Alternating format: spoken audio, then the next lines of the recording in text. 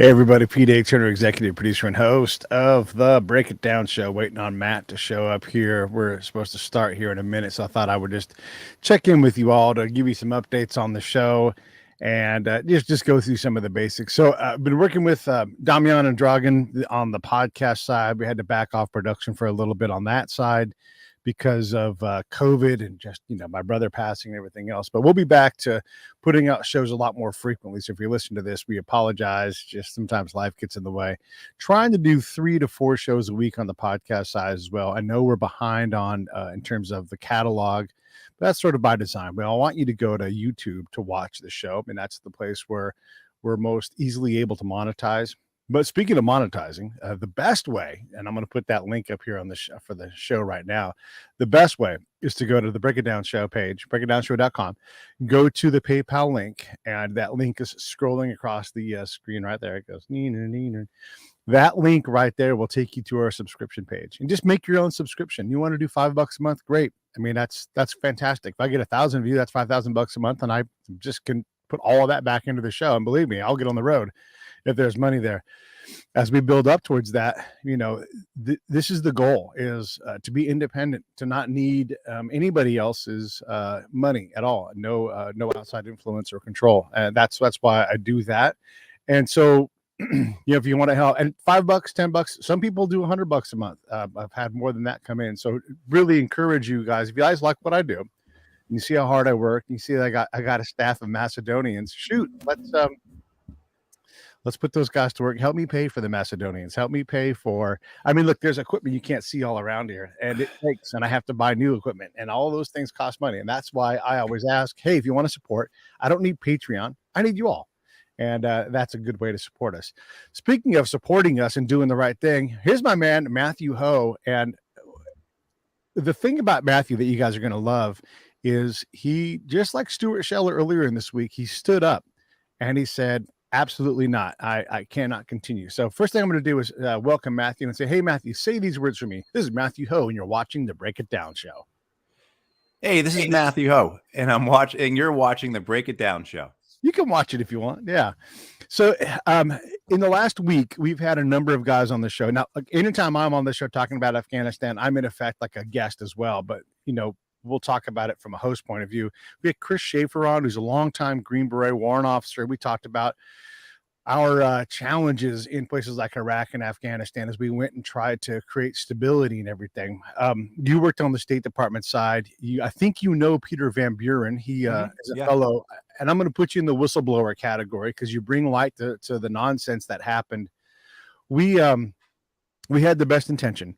We had a lot of training, and basically nobody was prepared to deal with the actual reality on the ground. You worked in Zabul province and said, I can't take it anymore. I got to go. And in part that in some ways, and I'll just say this, because I'll say the same thing about myself. It breaks your brain a little bit. You talk about a moral injury. You talk about the PTSD that comes from it. I also worked in Zabul, and it was the icing on the cake where I was as good as I could be at working overseas. I was able to take brigades and adjust their view and get them to go 180 degrees opposite direction, completely away from combat and towards like stabilizing the government and everything else. And a year after I left, and this is an important story, and it's the main part of the story, and I think you'll resonate with this, and that's why I appreciate you let me yak on for a minute here. The crowning thing we had built trust. The governors were introducing me to other people. I was getting to know the provincial council, and they're introducing me. It's not me introducing myself. And I'm setting meetings, and we're really having a lot of success. And one of the things the military asked us was, hey, figure out how we work these radio literacy programs. And we did. We figured it out. We sat down with tribal elders, the Ministry of Education, and a religious leader. And they said, okay, we've talked to everybody, and here's what we think we want to do. And they're like, we want your help, but what we do not want you to do, and let's be clear on this, and everybody's nodding their head, yes, we do not want this. Never, ever, ever deliver books directly to the Ministry of Education. It's my job. I'll come to you. It puts me on the spot when you guys come to me. Number 2, never, ever, ever deliver books directly to our kids.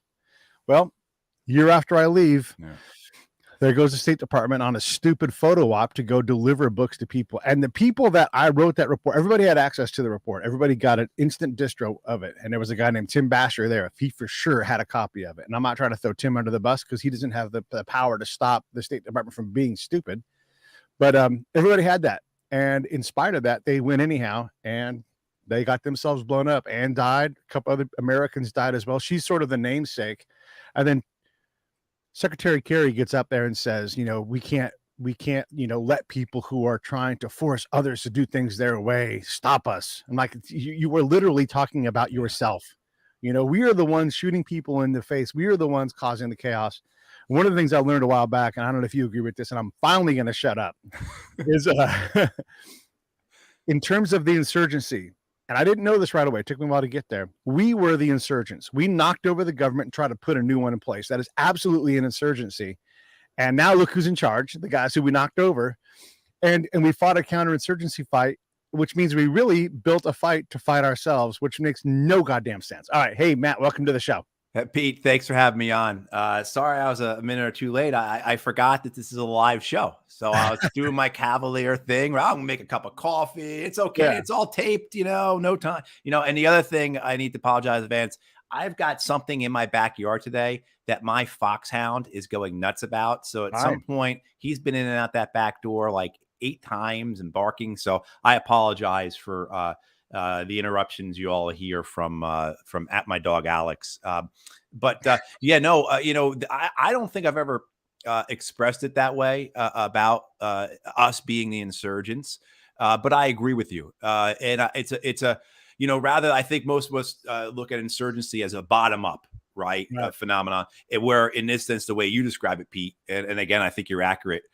We are a top down insurgency. Right. We came in, we usurped the people who had not just the current power, but also in many ways traditional power, particularly in a place like Zabul. And we brought in people from the outside, not just people like you and I, but people from other parts of the country. The way I would describe it is if after Hurricane Katrina, we went to a parish in Louisiana and brought in and put into power the Chicago National Guard, or the Illinois National Guard or the New York National Guard or something like that, brought in outsiders. And that's not even an accurate way to describe it, because we haven't had, when I was there, it was 2009. So it was 30 years of civil war. We haven't had that here, so you had in Afghanistan, this civil war that now, 40 plus years of divide and conquer strategy by both the Americans and by the Soviets, by the Pakistanis, by the Indians, by the Iranians to a degree, as well as a revenge cycle. That is, if anyone knows anything about war, who's taken part in war, revenge is one big revenge cycle in many ways, particularly when you're talking about a civil war or an insurgency. So I agree, Pete. Really, we came in there, and your point about that. I've been to that school where that attack happened. And just we could. There's a lot of things we could talk about: the continual mistakes, the complete unwillingness to not even learn from the Afghans, but to learn from other Americans. The arrogance, the hubris, and the lack of intellectual. Not just lack of intellectual curiosity, but intellectual honesty. And I know before when we spoke a few days ago, and I'm looking forward to listening to your interview with Stu Scheller. And we had talked about his interview with Jocko Willikin, and some of the things that Stu said, and I don't agree with Stu on a lot. Politically, we're probably polar opposites, but his experiences and what he said about the wars and the experiences through these wars that drove him to the point that this past summer, he had to put his career, his family's well-being, his life basically on the line to do what was right. I found in that interview, and I'm sure it's going to happen when I listen to the one you did with him, but that 4-hour interview he did with Jocko, all I did was nod in agreement the entire time. And that was my conversation with you the other day. You contact me and we just hit it off and had this conversation where it's just, my God, do people realize what has occurred these last 20 years in these wars? And just the institutional insanity the institute, right? I mean, as well as the reasons for that institutional insanity, which is really about institutional greed, I think, yeah. So no, I look forward to this conversation we're about to have, man. Yeah, and a lot of these things I say quite a bit, but they just remain true, and so I say them. One of the things that strikes me is I had once I read your resignation letter, and anybody can look it up online. I'm not even going to put the link up there because that's over 10-year-old news. But when you wrote your letter, I thought, yeah, I remember that. I remember that now. But when I went to Zabul, I had no idea because I am part of the problem, right? And so we have this. People always talk about 21-year wars. That's bullshit. It's yes, 21-year wars, but also there's complete institutional amnesia. Oh, yeah. I mean, I had no idea you existed, and I should have. I should be, hey, listen, here are all the things that we have done here. What our patch means. Like, if an American troop goes out and does an atrocity of some kind, right? And they have that patch on their shoulder, that doesn't go away for the locals. They talk amongst themselves. We seem to forget that. So you get all of these things where you look around and you're like, we are truly insane. We come in, and what made me special was that I stayed in an area and then I watched and I knew the level of unpreparedness or misprepared, if I want to be nice, right? Like, you guys are prepared for something that's not here. Like tankers who go do tank training before deploying and then never get in a tank the entire time in Afghanistan or Iraq, right? Yeah. You are not prepared for the fight on hand. I learned it. I learned where they were short, and then they would be like, I have an idea what we need to do. I'm like, oh, that's page 15, dude. And then I would go back in time. And I only discovered this slowly and started to slowly build this capacity. But I would go back in time and grab this unit, that unit, the unit before that, you all the way down, and be like, here are all the slides of people that have tried this very idea. I'll do whatever you guys want to do. It's your show. Can we not be the next unit in line that gets this wrong? Because when I'm here in 2 years, I'm going to point this out that you guys got this wrong. And you should get instant, like, oh my God, is that right? Is that really what happened? Let's absolutely slow down and get this right. Half of the people will be like, screw that dude. He makes a lot of money or whatever it was, right? There would be contempt towards me. And I'm like, dude, I'm trying to help. And then the other half would get it, but there weren't enough people aligned. And that problem, I hope I'm illustrating this well, is complete across everything that we did. We had no idea what we'd done before. We never tested our systems. And I'm going to shut up here in a second. But one of the things I did and I learned to do was, I was with a bunch of police, and we got in a fight outside of Zabul, like way out, like two districts off of the beaten path, which is, as you know, way the hell out. We got into a firefight, and I'm like, hey, so what do you guys do now? What do you cops do? You're Afghan cops. How do you get more RPG rounds? Get more, like, oh yeah, we put a request in, and I'm like, fascinating. Let me see what happens, because this is 2011, right? There should be a functioning government at this point. So I'm like, put that request in and let me know who you send it to. And so I track it, ding, ding, ding, and it gets killed. That request gets killed by an American who doesn't know anything about anything. He just assumes that the guy I'm partnered with, and he wasn't my partner, but the guy that I'm talking about is a bad guy because he read it on a baseball card somewhere, and baseball cards are always to the negative. So of course he reads like a bad guy because we only look at threat. And so an American killed the government's ability to provision its own people that are on the side of a damn mountain in the middle of nowhere that are desperate for support. And you're going to tell me at any point in time in the next 10 years after that the government was ready to stand on its own? Come on. I'm laughing because, I had, I was in Iraq twice before I was in Afghanistan, and once as a Marine Corps company commander. And my first sergeant was, I never saw him fazed or upset, except for the time that he was told by a major at Camp Pendleton that we couldn't draw winter clothing. We couldn't draw, winter, fleeces and things like that, because Iraq was a warm weather country and we wouldn't need it there. This was in 2006. You know what I mean? Yeah. Right? I mean, like, I've never seen him I never saw him lose his temper ever, except for that occasion, because this, and that is, you might say, okay, that was just one idiot who didn't know what they were talking about. But that type of story, I think, for the people who are listening, who have participated in this, know that type of story is legion. I think this is where you really get into the question of the institution itself. And what are the institutions? How is it structured? What are its operating principles? What is its philosophy? What does it teach? What does it demand of the people within it? Because as individuals, Pete, I give us a lot of leeway. Look, I went to war 3 times before I said enough, right? And and every time there's an excuse, every time there's a reason. And those of us who do this, hey, people join the military for all kinds of reasons. A lot of it's economic, right? A poverty draft kind of thing. There's a lot of that.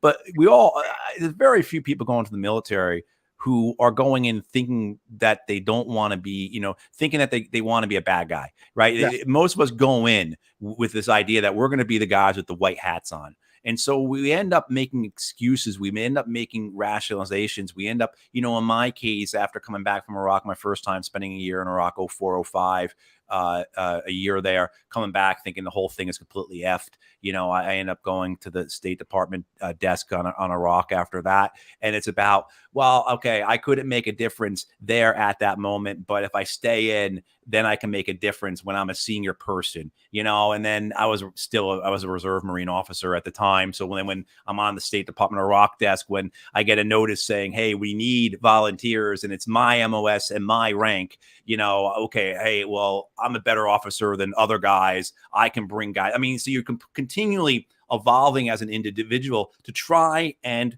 meet your own values, to meet your own principles. And this is, of course, something that backfires on us because of the whole concept. I don't want to say concept, but because of the whole reality of moral injury, which is a driving factor in veteran suicides, right? But we do. So for me, it takes me 3 times to get to the point where I say enough and I quit. And the reality is at that point, I am morally and intellectually broken. I don't know how good I was to anyone over there at that point anyway. I mean, probably a good thing to get me out because I was, so that's just saying that this is why institutions need to have pillars upon which they are built that function and that are built upon principle, built upon operational evidence, right? I mean, the fact that we were talking about this, you have brought up in Zabul. People who aren't familiar with Zabul, it's southeastern Afghanistan. It's the province to the immediate northeast of Kandahar on the Pakistani border. Mullah Omar, who was the leader of the Taliban, the founder and the leader of the Taliban for many years, from Zabul. According to a couple sources, it's where he died. I'm not sure how legitimate those sources are or not, but that's one of the stories about him. We had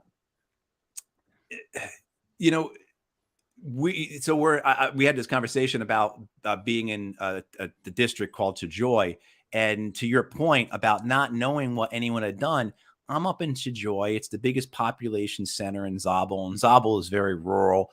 And this young Army captain points out to me. He says, we've got 3 district buildings. Basically kind of like town halls that were built by successive U.S. Army units here in Zabul. So each year, a U.S. Army went into Zabul, and they built the town hall.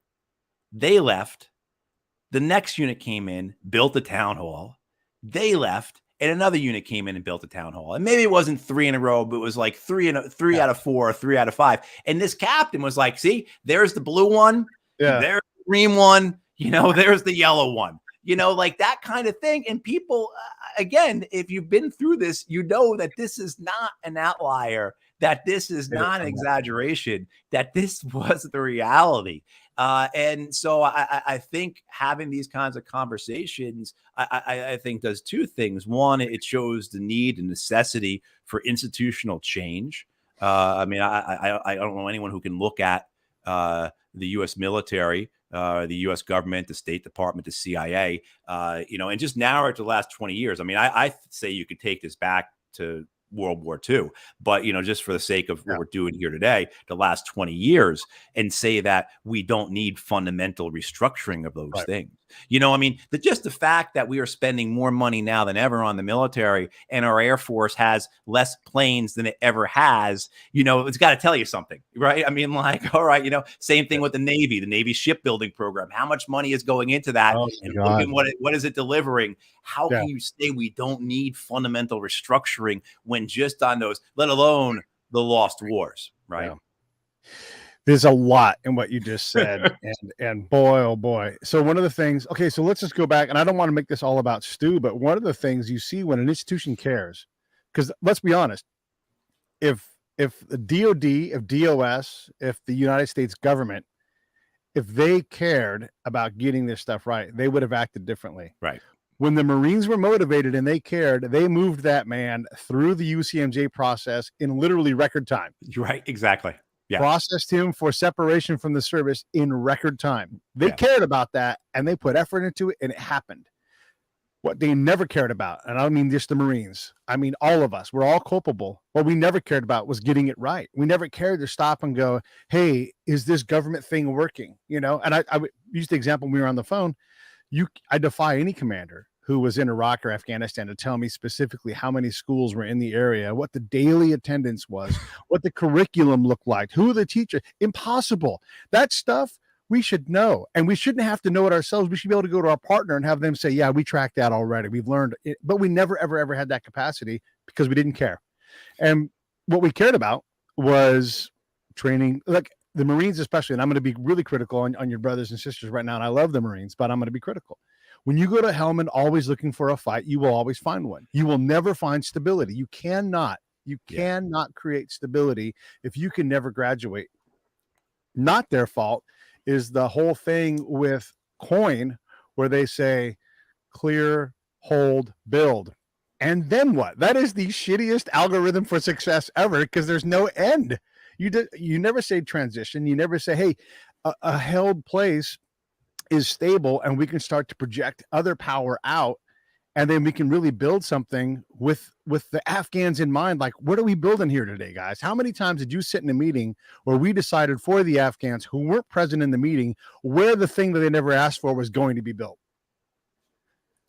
Yeah, oh man, I got a bunch of things to say about all this. I love it. Particularly like the whole coin thing, and I heard Stu say this on his show with Jocko, and maybe he said the same with you.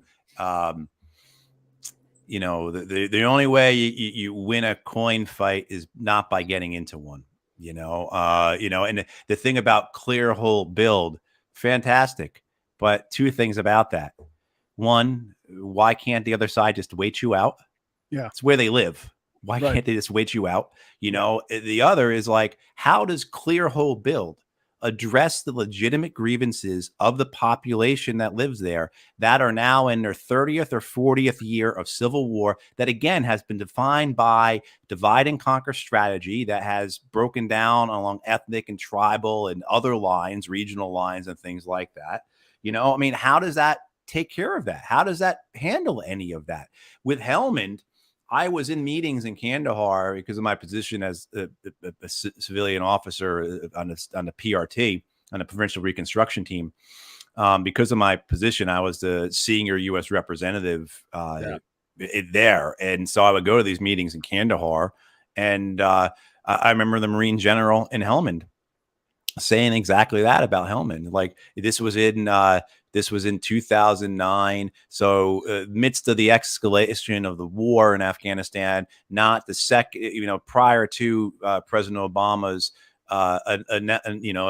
announcement of sending more troops in the fall. People have to remember about the escalation of this war. It wasn't just the escalation of forces, the surge that occurred in the fall of 2009. President Obama comes into office in January 2009, and there are 30,000 U.S. troops in Afghanistan in January 2009. Within 14 months, there are 100,000 U.S. troops. But when President Obama goes to West Point in December 2009, says, yes, we're going to surge to victory and we'll be done in a year and a half and we'll have won. And I'm a better commander in chief, a better wartime president than a Republican is, which to me, this is what that's all about, these wars, right?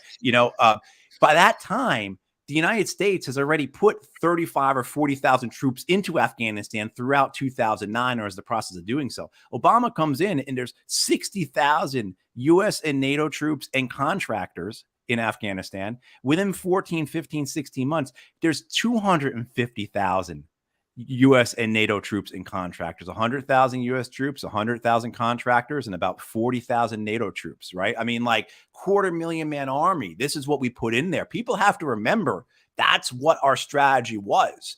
But with sitting, across from General Nicholson, who was the Marine Corps commander in Helmand in 2009 at this table, and as we were discussing this strategy to put more troops into Helmand, and Nicholson's comments were very clear. It's like, yeah, you can give me more troops. We're just going to get into fights with them. You mean like that was it? I mean, and I know a good friend of mine who was on with the Marine Expeditionary Brigade that went into Helmand in 2008. The whole story on that is very interesting and very instructive. Originally, that brigade, which was really just two reinforced infantry battalions, that Marine Expeditionary Brigade, as we called it, was supposed to go to southern Kandahar and interdict Taliban coming across the border from Pakistan. Yes. That was the idea, right? Yes. There was an officer, part of that whole planning process, who had been in Kandahar. And he said, you know what? If we put these guys down in southern Kandahar, all they're going to be doing is stopping farmers with goats and sheep in the back of their pickup trucks. That's all they're going to do. We go to Helmand, we're going to get into a fight. And sure enough, Marine Corps went to Helmand, ran into a buzzsaw. I mean, I was actually working, my buddy who was there, he was an intelligence officer, the intelligence officer for one of the two battalions that was there, and I was actually able, because of the work I was doing at the time with the Department of Defense, able to communicate with him over, our classified computer network as often as he could, because he was middle of nowhere, Helmand Province. But the reports I was getting back, their reliance on, B-1 bomber strikes to keep their guys alive, because that's the level of buzzsaw that they have run into. Right. And one, the knowledge that was going to occur, they thought they were going to go in there, get into fights. And two, the level of the insurgency that they were running into. But the interesting thing to understand, this gets back to the whole institutional thing. Yeah. Why was the Marine Corps so interested in getting to a fight? Well, this gets into intra institutional aspects. And, people may not believe me, but a lot of this had to do with battle streamers. A lot of this had to do with, in terms of Iraq, the West Coast Marine Corps, so 1st Marine Expeditionary Force and 1st Marine Division, they were the ones who did the invasion of Iraq. They're the ones who did the 1st and 2nd battles of Fallujah. They're the ones who did the Anbar Waking and the Surge. When I was there, I was part of 1 MEF, as we called it, West Coast Unit.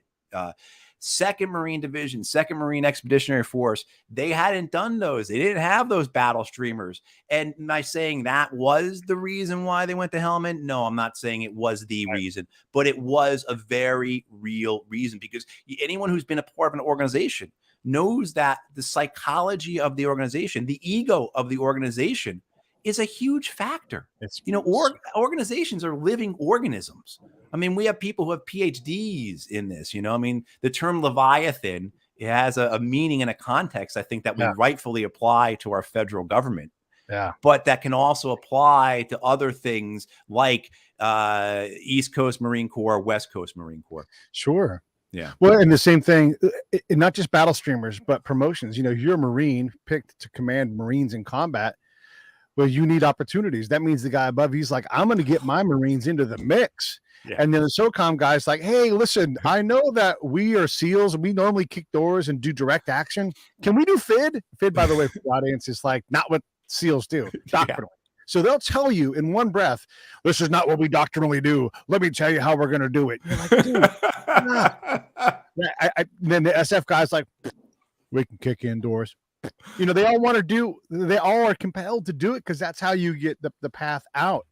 One of the things that I disagree with on Stu, and this is not a hard disagreement, and I think because he's only just now got out, his brain hasn't had a chance to catch up. I think he'll get there.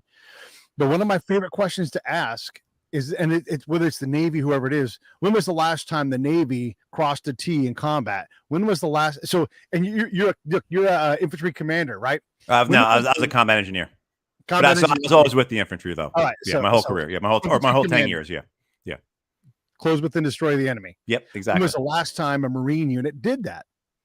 And it's been a long time.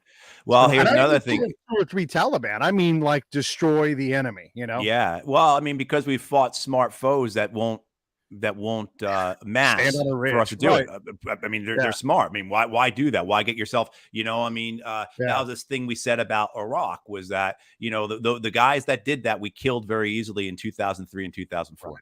And then by 2005, we were fighting people who actually knew what they were doing or had some smarts about them or had some historical experience that this is not the way to do it. And I want to jump in, but I don't want to cut you off. And so what we have, back to the battle streamer things, we have these captains and these colonels that have read Hannibal, about him, and they want to line up an army against Lake Tazarene and like shove them in and annihilate them. I'll just be unfair and say they fetishize this. They want to do this.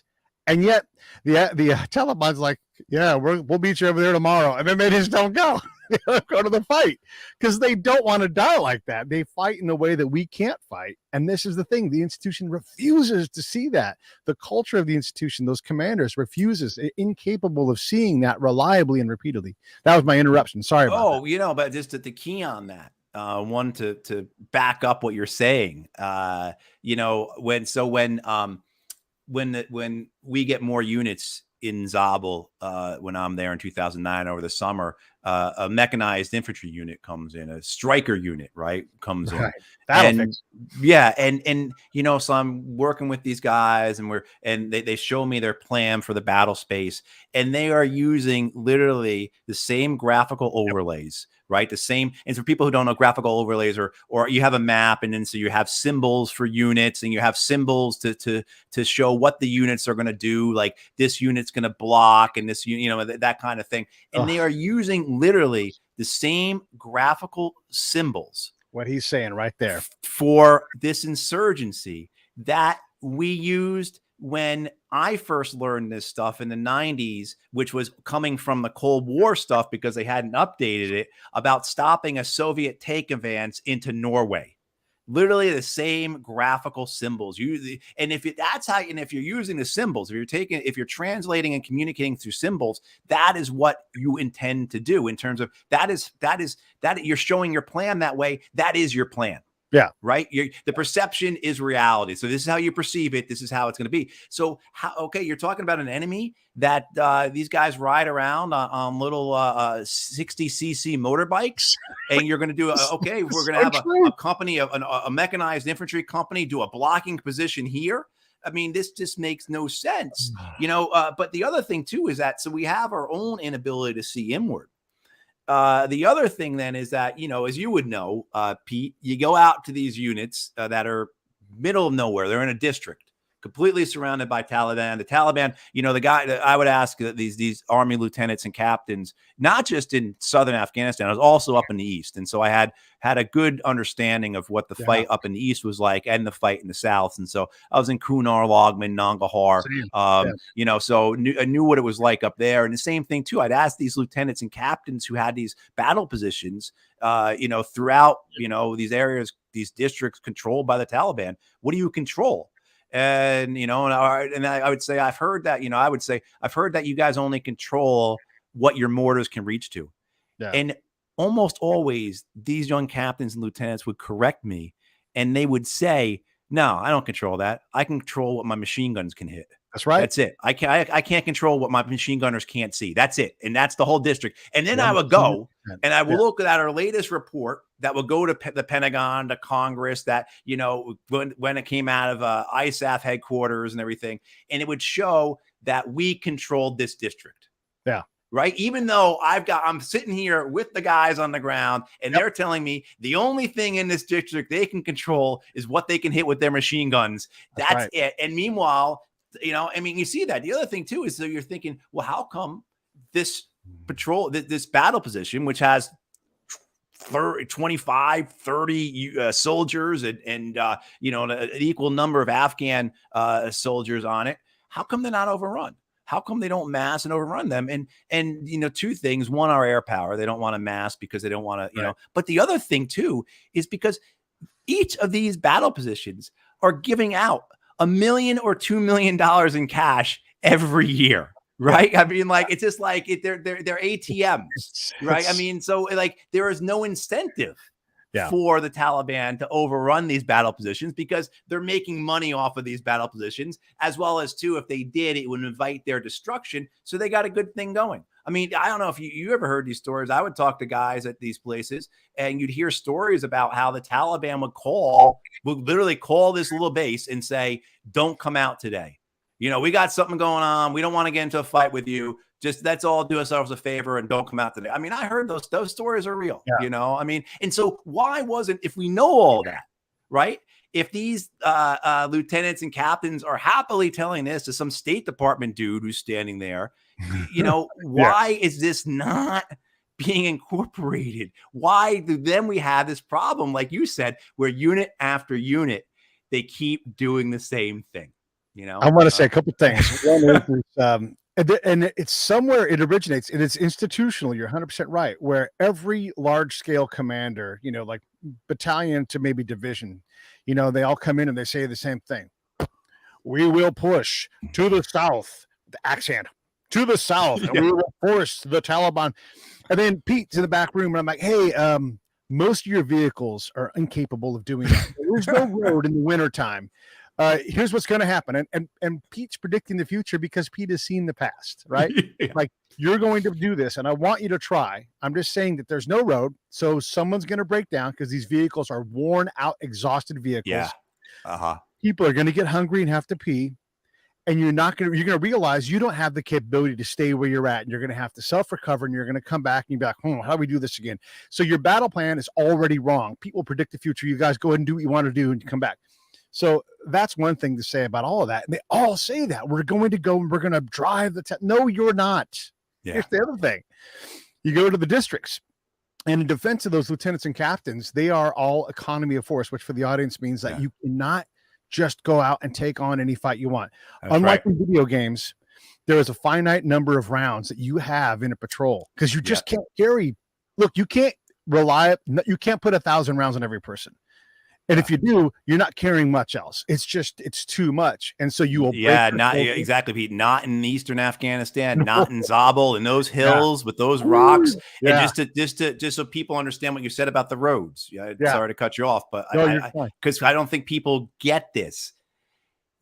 When Pete says no roads, it's not like, hey, I went to this hunting camp one time, man, and that road was a mess, but we got no roads. No, what we're talking about is that there is during the rainy season, flash floods come down and they've kind of created this like pathway that's strewn with boulders and giant holes. That's your road. That's it. Yeah. Every size of gravel, from sand to gigantic boulders. Yeah, exactly. All in some state of misuse. And so you weigh 300 pounds and you are putting your ankles on three-dimensional surfaces of all different sizes. And it destroys soldiers and it destroys vehicles. Yeah. So when that lieutenant's like, yeah, I know they're out there, and guess what? I can't buy that fight. Like, it's too much because there's a valley, and you may remember this. Arghandab is the district, and it's like two districts above so there's Kalat one, and then it's above that. So you're a 60-minute flight just to get there. You can't drive there. Forget that. And that guy's like, when I was there, the Green Berets tried to go in there, and I remember talking to that captain. No one got hurt, thankfully. But it was like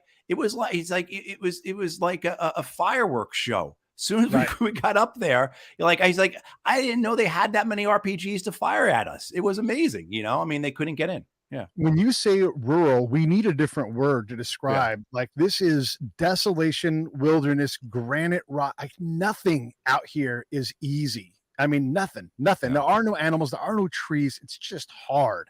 Yep.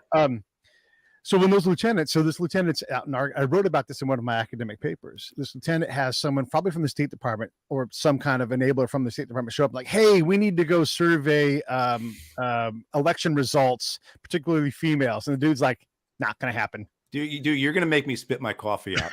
I'm telling you that. Yes. I want to add one more element to this because this all goes back to what you were saying.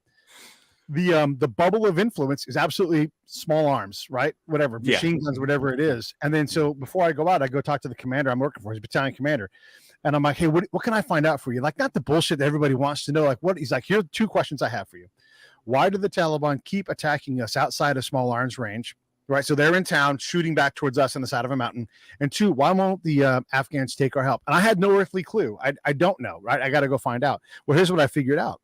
The Taliban would come out, and I would call it dinner theater. They would go out to the ridge where they would shoot from, and they would shoot at the Americans and the Afghan forces with no hope of ever hitting. They had a recoilless rifle, which for everybody is a rocket.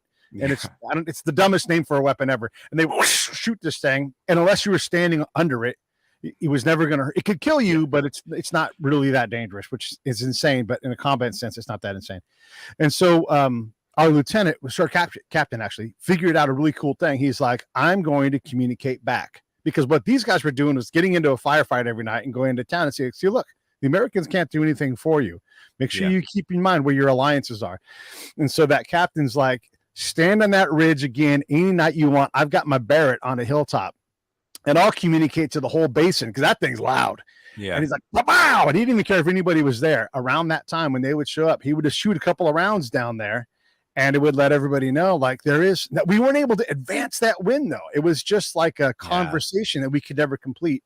So when you say that we didn't have influence, it's not cowardice. You can be 45 minutes off your camp and get into a firefight that you will not survive because there are not enough of you. And the guys who are in the back, who are the QRF, which would be half of your remaining force, cannot get to you in time. There's no way. Exactly.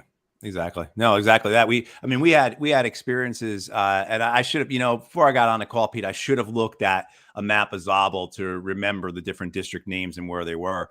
But we had a convoy, a supply convoy with a route clearance team try to go one district over one time. And because of the IEDs, along with the terrain, it took them more than 24 hours it was probably 15 kilometers. 20 kilometers, if that, took more than 24 hours, and I know that's my friends who went into Helmand. That was their experience. I mean, there's an amazing photo from 2009 of the Marines going into Helmand, of them humping in, marching in with their equipment because they couldn't get in with their trucks. I mean, and that you're talking about humping in with 125, 130 pound of stuff on you. It just, I think it keeps coming back to this thing about the institution. Why didn't the institution learn? Why didn't the institution do better? I mean, we were there for so long. And I would have these experiences. I had this one lady show up. She's pretty smart person, I mean, and she had been in Afghanistan in 02, 03. Things were different. You could drive down the ring road, the major highway, and so when she came back 6 years later, and she's just, how did this happen in the sense of how did we just seem like we don't know what we're doing and doing it for the first time? It is. I think those are very serious questions to have because it's just not, as we were saying earlier, not confined to the war in Afghanistan or the war in Iraq. I mean, certainly look at the catastrophe of the war in Syria, right? The catastrophe of the war in Libya. You just had, we've had these secret wars all throughout Africa. What are they accomplishing other than getting thousands and thousands of people to join these militias and insurgent groups or jihadist groups? What are they accomplishing? I think now, as we talk about institutions, we talk about metrics. And this is something, again, that Stu Scheller talks about a lot. Metrics of effectiveness, right? Metrics of success. How do we know what's working? I mean, even Don Rumsfeld said this, years ago. I mean, Rumsfeld said it's the very beginning of the war on terror, these wars in Iraq and Afghanistan. It's like, how are we ever going to know if we are winning? To paraphrase him. Yeah. Yeah. So here's one of the things that leaps I've made in logic in terms of how we measure and how we fight. We have a belief that our actions, every unit, and I know you'll appreciate this, and I'm going to try to do it the other way. So every unit has an arrow that has actions leading on it until their redeployment, and that inexorably leads to victory. So every PRT commander, every battalion commander, they all think that they have a legacy. But if you and I were to go right now with any of those people and said, show me your legacy, they wouldn't be able to find it. It wouldn't be there because we measured effect. What we had to measure was affect. This is an affect fight. All modern fights are affect fights. If you can't reliably, and you think about what the enemy does, if you can't actually I should say co-belligerents. I don't even think of them as an enemy because they don't fight like an enemy. They fight like someone who's competing for the attention of the civil populace. If you can't reliably create the emotional response to your actions, you will lose. And so the Taliban can cow the populace and get them to do satisfying behavior to us. Like, yes, of course, Nam Nam Saddam, we're all going to do what you want to do. And then turn around and do the exact opposite. It's because we're losing that affect fight. And you cannot win if you're focused on effect, because affect will whoop effect's ass every day of the week. You have to stack affect. And especially if you're trying to stabilize a country and teach and train and develop the government. Like if you can't, here's the other thing. It's not about us winning hearts and minds. It's about the government getting the hearts and minds. The more we draw that attention towards us and try to, the more you deny it of the government. And so we had this problem institutionally where we never realized that. We had this, I'm not against coin. I just think that coin is hackneyed and needs to be advanced, right? Clear, hold, build. And then what? How do you transition? Yeah. How can you tell me you've built when there's no goddamn reliable electricity? A guy in Iraq, I love this story. A guy in Iraq's like, I can light the dirt in my yard on fire. It's got so much oil in it. How was there not a high tension power line system? You guys spend $1 trillion here. How is this thing still like this? And you're like, you know what? I'm just going to write that down, put that and give that to the boss. And that's the kind of spying I did. I'd like, here's where you're getting your ass kicked, sir. And they loved it because I gave them stuff that didn't say, hey, we're winning. Well, we all know the opposite is true. Oh, I mean, Guy, you brought up the radios before, and I can't remember if we talked about this on the phone. We had this radio program come through, and actually kind of cool because I ended up hanging out with the host of the television show Afghan Idol, just like American Idol. But and when we were on Kandahar together, all the Afghan, we were, over in what was called the Boardwalk, which was where they had all the shops and some food stalls and a Tim Hortons coffee shop. And, when I was on the Boardwalk with this guy, the Afghan Idol host, a bunch of Afghans recognized him, right? Oh, it was a big deal. It was like, I can't remember the name of it. He's the Ryan Seacrest of Afghanistan, I guess, right? I mean, so, but anyway, that was the cool part of the story. The rest of this is not cool at all. So what happened was, and it's a good idea, right? It's a good idea. We're going to put up these radio towers all throughout Afghanistan, particularly, and this way we can get our message out. Right. I mean, first of all, how does the Taliban get the message out? Two dudes on again, 60cc motorbikes drive from village to village and tell people stuff. Yep. Okay. That's how they do it. Pretty effective. Right. Yeah. How we're going to do it. We're going to build radio towers. So this gets done. I don't know what it costs. 20 million, 30 million, $40 million. I don't know. And then who got the contract? Because I mean, the guy I was working with, the American guy who was their representative, was a great guy. And he was one of the ones who told me a lot of this stuff that made me realize how much of a disaster it was. He was an honest guy. I don't know if he ever participated in anything like this again.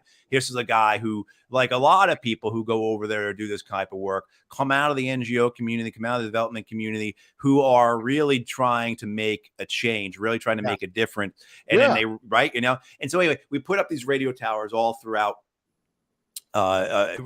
rural Afghanistan. And, first of all, there's no content to play on these radio towers. Yeah.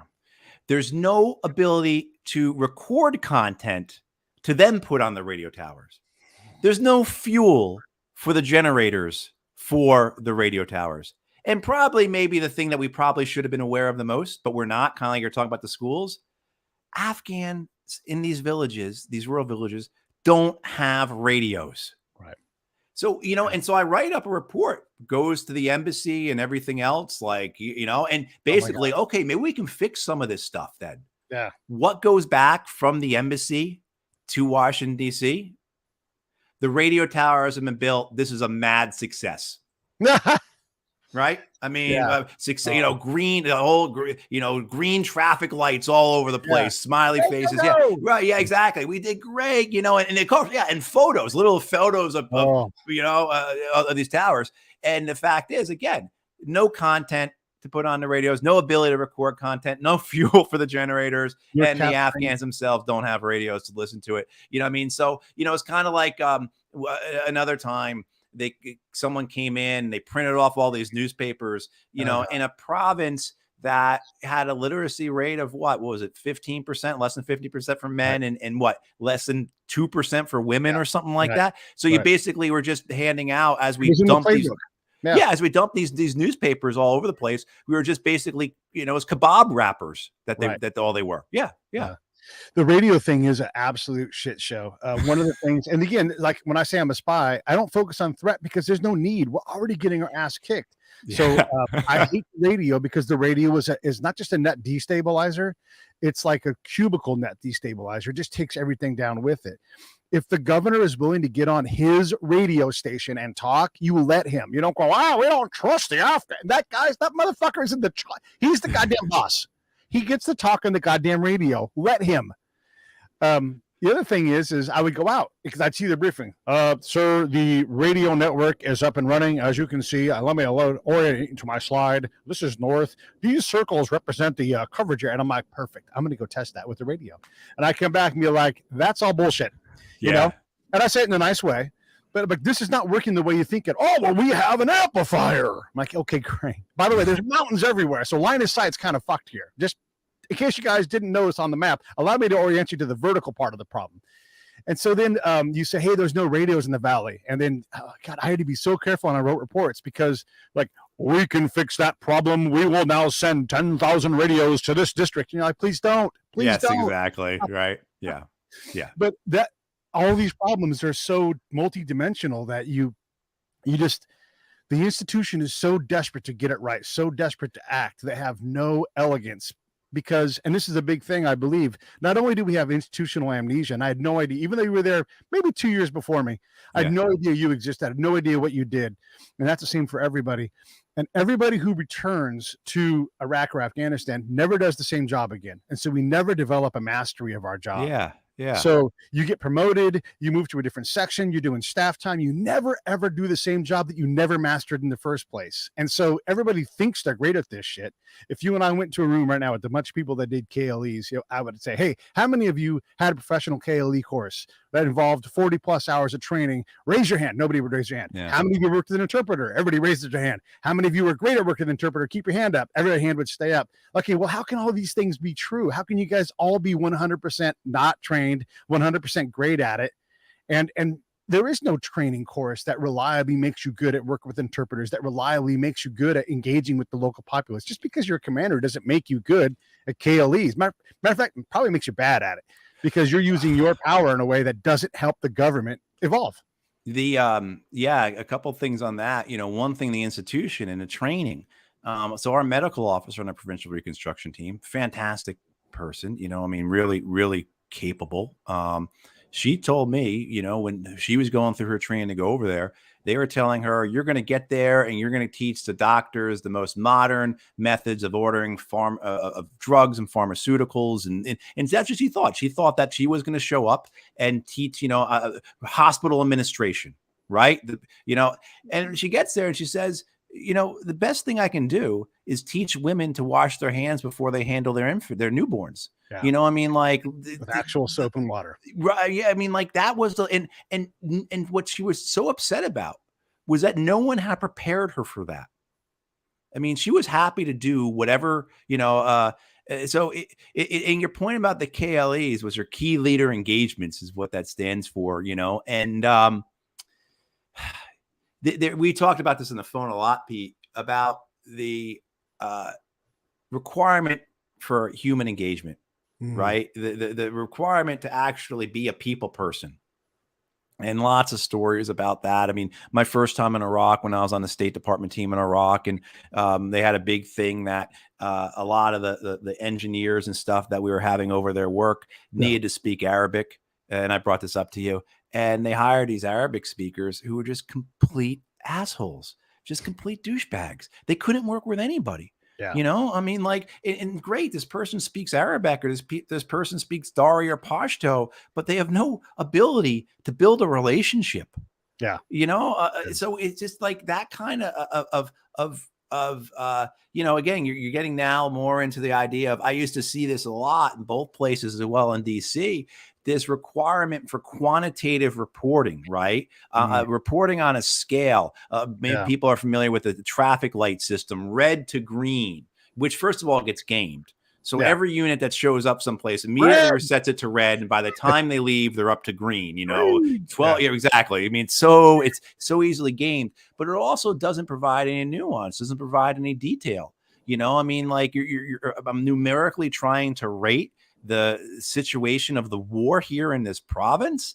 Are you kidding me? You know, I mean, but so like that insistence on quantitative versus qualitative, this is how a lot of this stuff gets left out, you know, and how you can declare things a success. You know, I mean, I remember dealing with a person in DC about this, someone from one of the pro-war think tanks with the Center for New American Security, talking about how what I want to see as a metric of success is how many district governors spend the night in their district.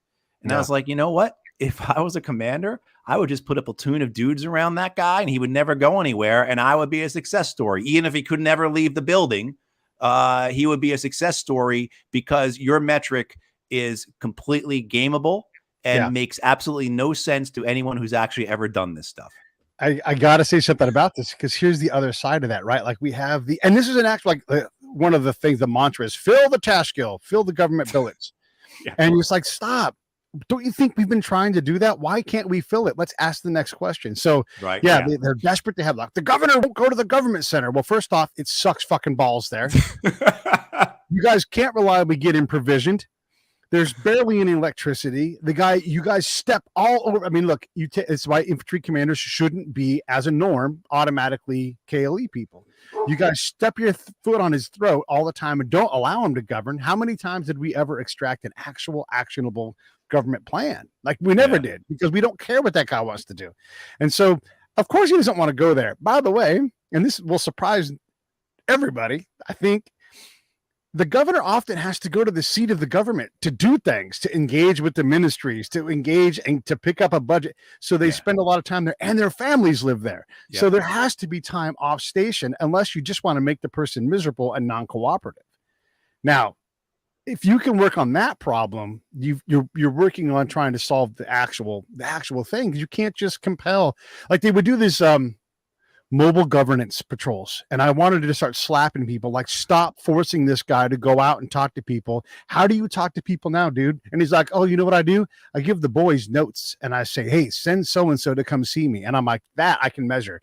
Where's he coming from? What's his name? You know, and really track it. And you can start to piece together who was communicating with the government. Because when Pete goes back out, and I'm like, hey, take me out way far away, boss, you know, and the commander does. And I'm like, what do they do at that government center? And they laugh in my face. That's a data point for the commander that you're never going to get anywhere else. So I know I just said a lot of stuff, and we're going to run out of time really fast. So I want to quickly ask you two questions and let you freestyle, and then we'll close the show out when you're done talking. Sure. Well, you're running for Senate right now. Apparently, Joe Biden is desperate to make another military mistake, and he's trying to push us into the Ukraine. Pete would say, whether or not it's the right thing to do, nobody in charge right now has earned the right to do this, because all they've shown us, and this is Austin, all of them, all of the people, State Department chief, all these guys have all screwed this up too many times to earn anybody's trust. They might have the authority, but they do not have they have only exhibited the lack of competence to get this done right. So if you were going to be senator, what do you do about this, man? How do we deal with, and am I wrong? I mean, should we be going there regardless? I know, I completely agree. You know, I mean, I said this the other day. I'm sad, disgusted, angry that here we are, the same people, you know, who got my friends killed in Iraq and Afghanistan, got your friends killed, and caused unimaginable suffering for millions of Iraqi and Afghan and Libyan and Yemeni and Syrian families. I mean, like, just I use that word unimaginable because like we can't really understand it here. We just can't, you know. Sometimes when I talk to a foreign audience, an audience in Germany or an audience in Spain or Japan or something like that, they've got the war, they've got the Spanish Civil War still in their memory. They got the, you know, my grandparents told me what it was like after, you know, I mean, so and so.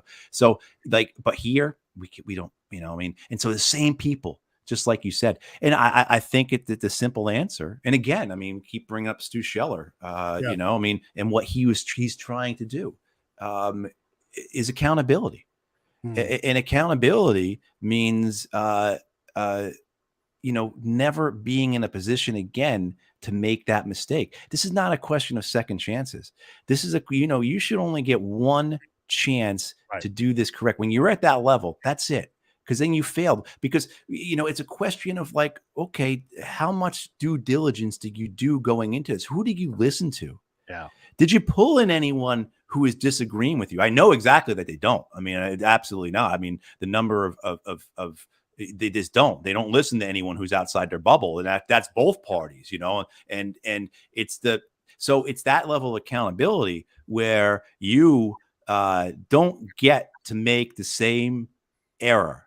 You don't get to do the same thing. Now, question is whether or not these are actual mistakes or, you know, I mean, they see that there's any other way to do this. I mean, you're talking, I'm a big, you know, I explain a lot of this through the lens of empire. You know, the empire always has to constantly expand. You go back very similar to what in Steinbeck's The Grapes of Wrath, when he talks about the banks. Banks are living organisms. They have to expand or they die. Empire is the same way too. You can't just have, we've got 800 bases around the world. Next year, we need 810. You know, I mean, that's just the way empire is. And, you know, our empire looks different than the Roman Empire or the British Empire, but it's an empire nonetheless.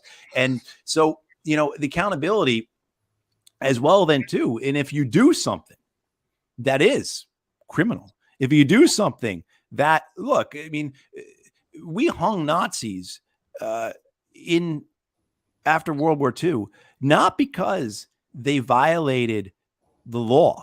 They didn't violate German law. They were following German law. The international law really wasn't established to the level of where we hung them, you know, I mean, in the sense of what we were trying to do at Nuremberg.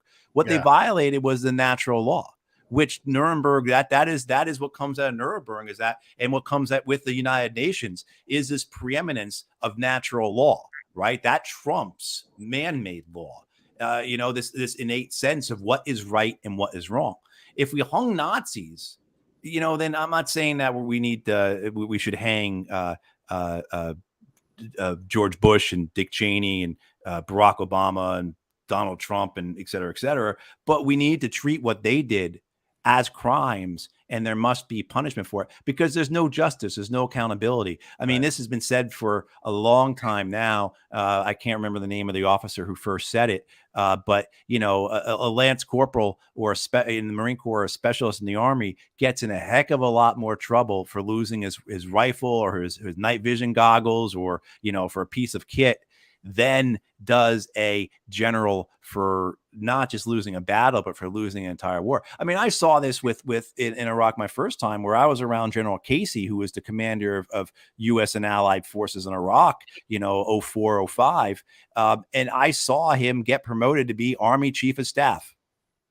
Yeah. And everyone, all the others. I mean, like, so that I think is my explanation for what needs to occur. You know, in terms of my campaign, this doesn't just cover the military stuff, but covers politics. How can we have 800? I mean, the whole political spectrum. How can we have 850,000 people dead from COVID? Right? Yeah. How can we have a climate crisis that we are doing fuck all about? Right? I mean, like, in all kinds of other things. I mean, the economy, all kinds of things. And I think this is where I find a lot of excitement with my campaign, is that, you know, I think I could sit with someone like Stu Scheller and have a really great conversation with him. I have this conversation with, I'm a Green Party, so I'm a leftist, right? So, but I have conversations with folks on the right, libertarians, all the time. Some of my best friends are libertarians. I've had libertarians give money to my campaign because Sure. I think what we understand is it goes back to what Jefferson says in his first inaugural address, that, differences of opinion do not mean differences of principle. Right. And the fact that, look, we have done nothing to do anything about any of these issues. Like that's student debt issue. You may not be in favor of student debt cancellation, but how can you say this is not something that is dragging our nation down? And maybe you have a different answer to the problem, a different solution, but to ignore it, as both the Democrats and Republicans are doing now, where 1 in 4 Americans are burdened by student debt to the point that they can't purchase a home, they can't change jobs, they can't afford a new car, things like that, can't pay for their kids' college. I mean, so like that's what I think accountability gets at. And we see that with the American public. 62% of the American public wants a third party. 5 years ago, there was a poll, 82% of Americans want fundamental structural change in our election system. I mean, so I don't think anything I'm saying here is radical, except to those who are in power, who are threatened by these ideas. Yeah, it's crazy. We have the ability to make these changes. We truly have. You want to argue republic, democracy? Guess what? Same goddamn word. The power is with the people. Yeah. So we don't need to have someone tell us we have term limits. Unelect people. Quit voting for the same damn people. Quit voting for people who don't even live in your district, for fuck's sake, Come on. We have that here in North Carolina, folks who don't know, I'm in North Carolina. You don't have to live in your district. Well, you don't. I mean, take people seriously when they tell me that these things are for my own benefit. And for fuck's sake, if you're worth $50 million, good job. You're retired from the Congress. Go away. Pick somebody else. You cannot represent me. You can't represent me. I don't have 50 million. I'm never going to have 50 million. I'm not jealous. I'm just saying you won. Go enjoy it. Go start an NGO and dump your money into that. But don't tell me you're going to legislate. And by the way, we're in this pickle with the loans, because legislators either suck at their job or refuse to do it. I mean, when have we last declared war? See, I'm going to make this an 1.5 hour long show, and I can't do that. All right. Please get elected. Please get elected. I want to see you out there doing the right things, because I can't stand to see us. I'm all for lethality, but you better damn well be prepared to get it right. Or don't get involved in that stuff. Why quit wasting our money losing, And then the institutions that you were complaining about, these guys are at the top of it. They are the institution, so they can take this level of rigor. Anything in closing, Matt? I can't remember the guy who said it, but your point about lethality there, I can't. He's a blogger, like does a lot of stuff on YouTube. I can't remember his name right now, but he's got a quote where he says, just because I'm not paraphrase him, just because I'm not a proponent of violence doesn't mean I've forgotten what violence is, or something along the lines of that. Like, I mean, I'm a human being. I mean, and we live in the real world. And just because I'm opposed to us going to war in Ukraine to support a corrupt neo-Nazi government doesn't mean I'm automatically in favor of Vladimir Putin. I mean, it's the same way. Just because I'm right. I mean, we've gotten so binary in our political lives, the inability to have nuance, the inability to have layers, the inability to have complexity, a complete devolution into identity politics, us versus them. Without people vote all the time now on some type of calculation, as if they are a Fox News or MSNBC pundit, rather than voting their conscience, rather than voting their values, rather than voting their beliefs, rather than like, this is where I stand politically and economically, and I'm going to vote for this person because, I mean, that's a lot of the campaign. I appreciate, Pete, you give me the opportunity to bring this up. And I appreciate you having me on the show. This was, I mean, it's not, it was fun to talk about it, but it's not fun stuff. And it's very serious, right? And we both know lots of people whose lives have been changed forever. I mean, the number of few, right? Yeah. Both of us, suicidal ideation. I don't know when mine's going to stop, but it's horrible. It's horrible. Well, yeah. If you ever want to talk about it, please reach out. I'm happy to talk Yeah. about it. I mean, I dealt with, and the same thing too. Anyone watching this, I mean, anyone who knows me or is aware of me, you can go to my blog and you can see, I've been speaking about this for a long time. My own suicidal ideation. I deal with traumatic brain injury. I deal with PTSD, but the main thing for me in terms of suicide was the moral injury. And I am more than happy to talk to anyone. I will say there are a lot of different things you can do, but professional help is what is key. One of the issues, though, is when you're dealing with moral injury outside and even within DOD and VA, they're really starting to only address it now because it's a political thing. We can't have a policy where we admit that our soldiers coming home are killing themselves because they feel guilty what they did, because that's unpatriotic. That goes against American exceptionalism, right? I mean, you have that. But also too, it's so if it's that bad in the VA and DOD, I think it's probably even worse in terms of the outside private care who are not familiar with this concept. Yeah. So, please, if you yourself are dealing with something, if you have a friend, family member, coworker, classmate, please, I'm always happy to speak to anyone about it, but professional help is the key.